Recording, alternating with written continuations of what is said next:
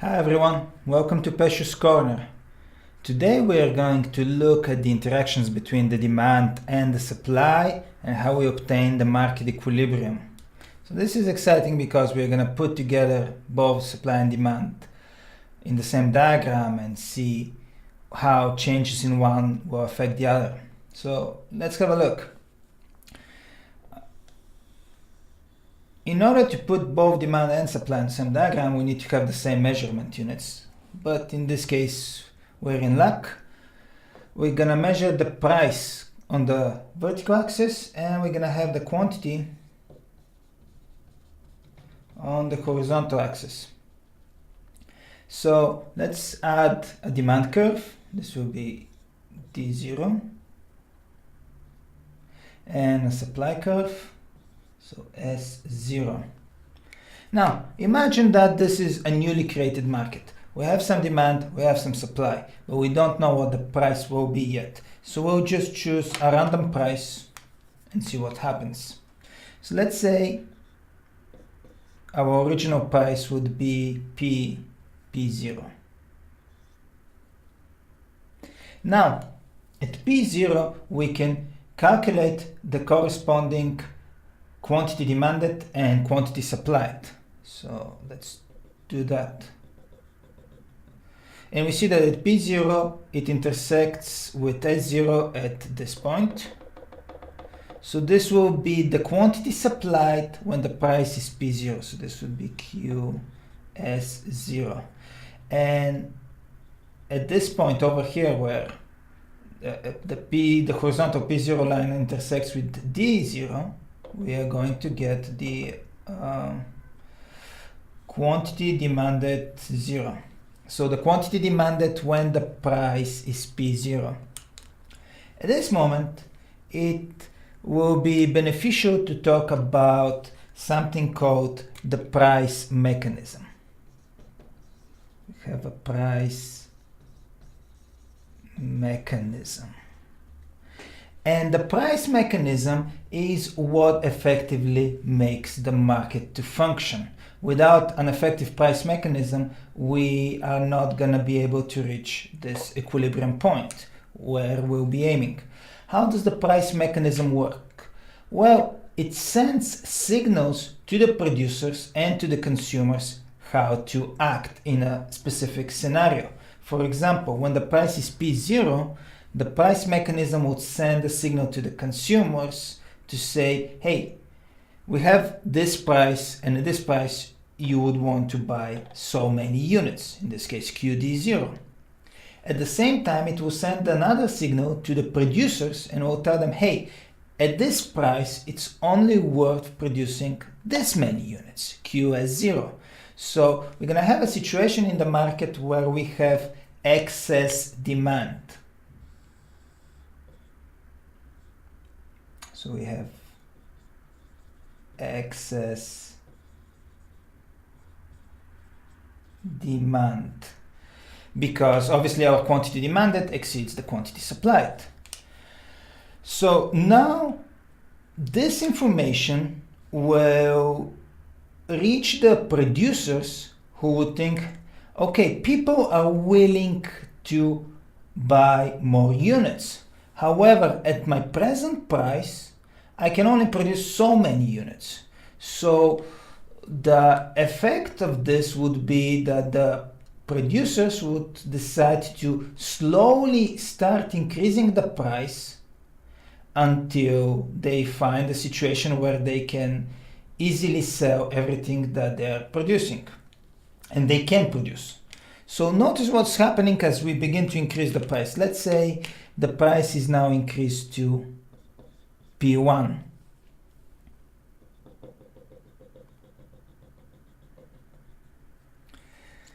Now, if you remember from the lessons on supply and demand, an increase in the price would lead to a decrease in the quantity demanded according to the law of demand, but it will also lead to an increase in the quantity supplied according to the law of supply. And we can see this on the diagram. Let's call this A0, this point would be B0, this would be A1, this would be B1. As we're gradually increasing the price from P0 to P1, our quantity supplied will begin to increase, and we have a movement along the supply curve from A0 to A1.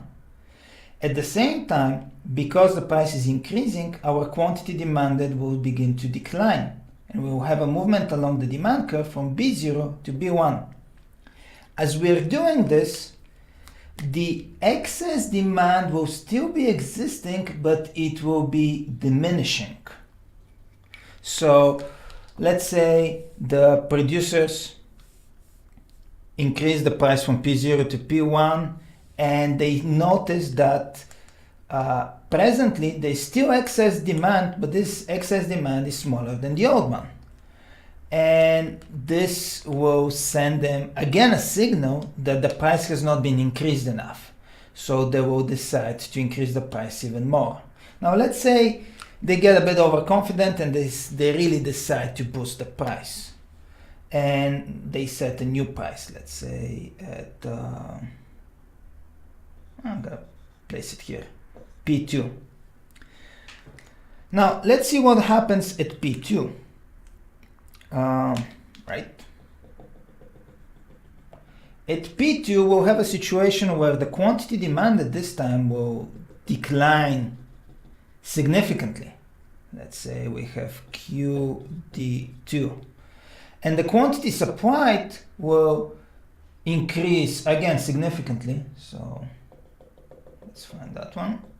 This would be QS2.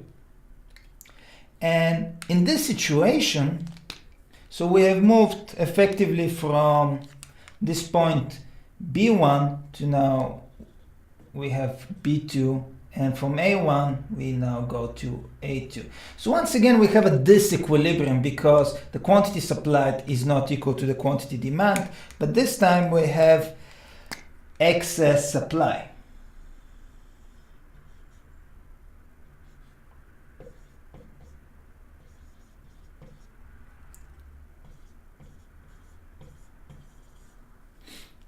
So what this means is that the producers increased the price too much.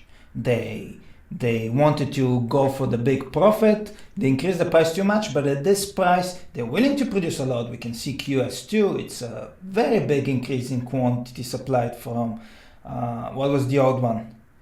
Over here we would have QS1 for A1. But we can see we have a movement along from A0 to A1 to A2, but at the same time this dramatic increase in the price level lowered the quantity demanded because now the consumers do not want to spend so much money on this product and they're actually buying less units. They went from QD0 originally to all the way QD2. So we have excess supply. This again, the price mechanism will start to function and will tell the firms, the producers, that they increase the price too much. They need to lower the price because this price, they're making all this excess quantity, but nobody's willing to buy it. And in order to get rid of it, to free up some storage, they need to lower the price to let that extra production go. So once again, they'll start lowering the price. Let's say they're going to choose now P3. They know that P1 was too low. Obviously P0 was way too low, but P2 is way too high. So, they're going to try something between P2 and P1. So they choose P3. Now notice what's happening at P3. So now we move along the demand curve and we increase the quantity demanded and we go to point, let's call this B3. And at the same time, as the price is decreasing, the quantity supplied will start to decrease, so we move along the supply curve to this point, we'll call it A3. So notice what's happening to the excess supply. We still have excess supply, but this excess supply has decreased. So what will be, how would that work for the consumers and the producers? Well, the producers will still have excess supply. They will still need to free up all that extra output that they have produced, and it will tell them the price is too high. So they will continue to lower the price. As they're lowering the price, the quantity demanded will begin to rise, the quantity supply will begin to fall. And this will keep going on and on until the quantity supplied is equal to the quantity demanded. And from this diagram, we can see that this is going to happen at this point where the supply curve intersects with the demand curve. So eventually, they will get it right. And we'll call this PE, E for equilibrium. And over here, we're going to have QE. So at equilibrium, at the market equilibrium,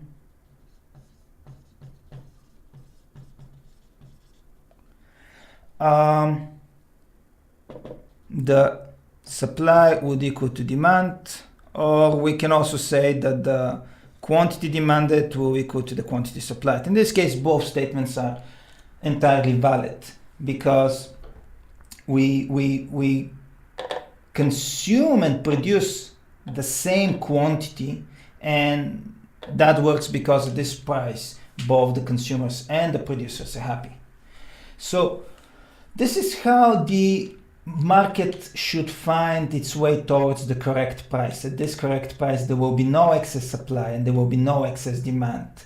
Ideally, it sounds like the perfect world where everyone is happy. Both the producers and the consumers will be able to, well, the producers will be able to sell as much as they produce, the consumers will be able to buy as much as they want, and there will be no waste of resources, at least in theory. What you can see in real life is that the price generally will be aiming towards this equilibrium. Usually in the stores, producers prefer to keep some excess supply just in case if the demand increases unexpectedly, and so the firms would like to be able to supply that extra demand. Generally, if we see excess demand, that will be a very clear signal to the firms to increase the price and to start producing more. But in real world, the price will be aiming towards this PE. Now, let's see some market dynamics. What happens when we actually change the level of demand and supply, and how we go from one equilibrium to a new one.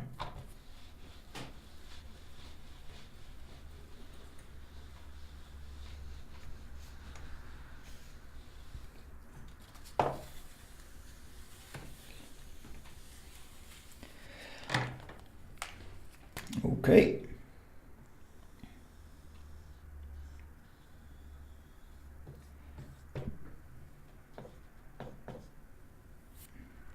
Imagine that this is my original demand and this is my original supply. D0, S0. And through that price mechanism, we noticed that we saw in the previous example, the market is already in equilibrium. So we are at the equilibrium point E0, where the price Q is 0, quantity Q is 0, and a price P is 0. Now, the supply and demand can change over time, and they change because of their non-price determinants, either of supply or of demand. So imagine that in this situation, we have rising income, and if this is a normal good, the increase in income will lead to an increase in the demand. So we're gonna go now from D0 to a new demand curve, D1. Let's see what's going to happen to this market. So the demand has just increased because of the increase in income, and everything else has not changed. We only saw an increase in the income, which led to the increase in the demand. So the price is still PE0. However, we have a problem because at PE0, now we're gonna have quantity demanded QD1, Quantity supplied is still equal to QE0 because the price has not changed and we still have the old supply curve. But the quantity demanded has increased and we now have excess demand. So we have excess demand. Now this excess demand will send a signal to the producers that they need to increase the price. So they're gonna start again guessing the price, increasing it, estimating what is the correct price, and effectively the price will go up until it reaches this point. Let's call it PE1. At PE1, as the price was increasing, the quantity supplied will be rising, but the quantity demanded now on the new demand curve, D1, will start to fall. So once again, the market will be in equilibrium when quantity demanded and quantity supplied equal to each other. So we'll have QE1 over here. So we have moved to a new equilibrium. We have moved from equilibrium E0 to E1. It's important to realize that this transition does not just happen automatically as if you're just flicking your fingers and then, you go from E0 to E1. No, the demand increases. This has created excess demand. The excess demand sends a signal to the producers, increase the price. As the producers gradually begin to increase the price, the quantity supplied will increase, the quantity demanded will fall until a new equilibrium is discovered. It's not just, hey, let's change this and then move from this point, jump over there. Yes, on the diagram, it looks that way as if we have just went from E0 to E1, but this happens gradually as the dynamics of the market send signals and people react to them, and depending whether the person is a producer or consumer, they will do their own part until we reach a new equilibrium. So this was our first step. Now let's change the supply curve. So we have a major technological breakthrough. So let's say we have a technological breakthrough. What this will effectively do is will improve the quality of the resources, because with greater technology we can use better capital goods, or maybe we can extract resources at a faster rate, or we have trained the workers to be more efficient. So the technological improvement will increase the supply. And let's draw a new supply curve. Let's put it somewhere here, S1. By the way, guys, when you're shifting the supply and the demand curve, you don't always have to shift them in a parallel fashion. It's okay for them to change slopes. And generally, they may change slopes depending on how what is affecting the shifts. We will study price elasticity of demand and supply and see how the slope is related to what we are producing, but we're not going to do that now. Anyways, so we had a major technological breakthrough and supply increase from S0 to S1. Let's see what's happening now. The price has not changed yet. So we were at PE1, and because of this increase in supply, let me expand my supply curve a bit more, like this. Because of this increase in technology and increase in supply, we now have a major excess supply. Notice that the old price of PE1 and the new supply curve of PS1, we are supplying QS1, which creates a massive excess supply. So this will send a signal again to the producers. They'll say, we have extra output that we are not able to sell, and in order to get rid of it, to free up some space in our inventories, we need to start selling at a lower price. So they start lowering the price. When they're lowering the price, that will send a signal to the consumers. Hey, they're lowering the price. I can buy now more units. So when that is happening, we're going to have a movement along the quantity demanded, and the quantity, a movement along the demand curve, and the quantity demanded will begin to rise, and a movement along the newest supply curve, and the quantity supply will begin to fall. Excuse me. So this process of increasing quantity demanded and decreasing quantity supplied will continue until we reach yet another equilibrium. We'll call this E2, where the price will be PE2 and the quantity demanded and supplied will be equal to QE2. So I hope that this example shows you how a change in the demand or the supply curve will affect the market. We will either have an excess demand or an excess supply, and those will force the price either to increase or to decrease. And as the price is changing, we're gonna have an effect on the quantity demanded and quantity supplied until ultimately the two of them will be equal to each other. They were equal to each other when we had D0 and S0 at point E0 with the price PE0.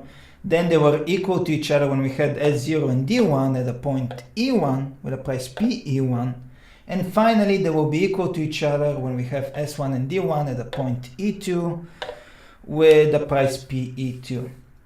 If you want to do an exercise, try starting from a simple equilibrium with just one supply and one demand and lower the demand curve. Let's say, imagine that the price of a substitute good has declined, so the demand for this good will decrease, and try to establish where the new equilibrium will lie. Alternatively, you can lower the supply curve. You can imagine that the cost of resources has increased, and that will lower the supply curve, and try to establish where the new equilibrium will be. But think in your head how the transitions are happening. When will the price change? Why would it change? And when will the price be in equilibrium? All right, well, that's all for this lesson. I hope you enjoyed it. Come back for more. As usual, if you like the video, please hit the like button. If you haven't subscribed, please do so. I'm constantly uploading new videos, so if you hit that bell icon, you will know when I'm uploading new ones. Hope to see you again. Take care.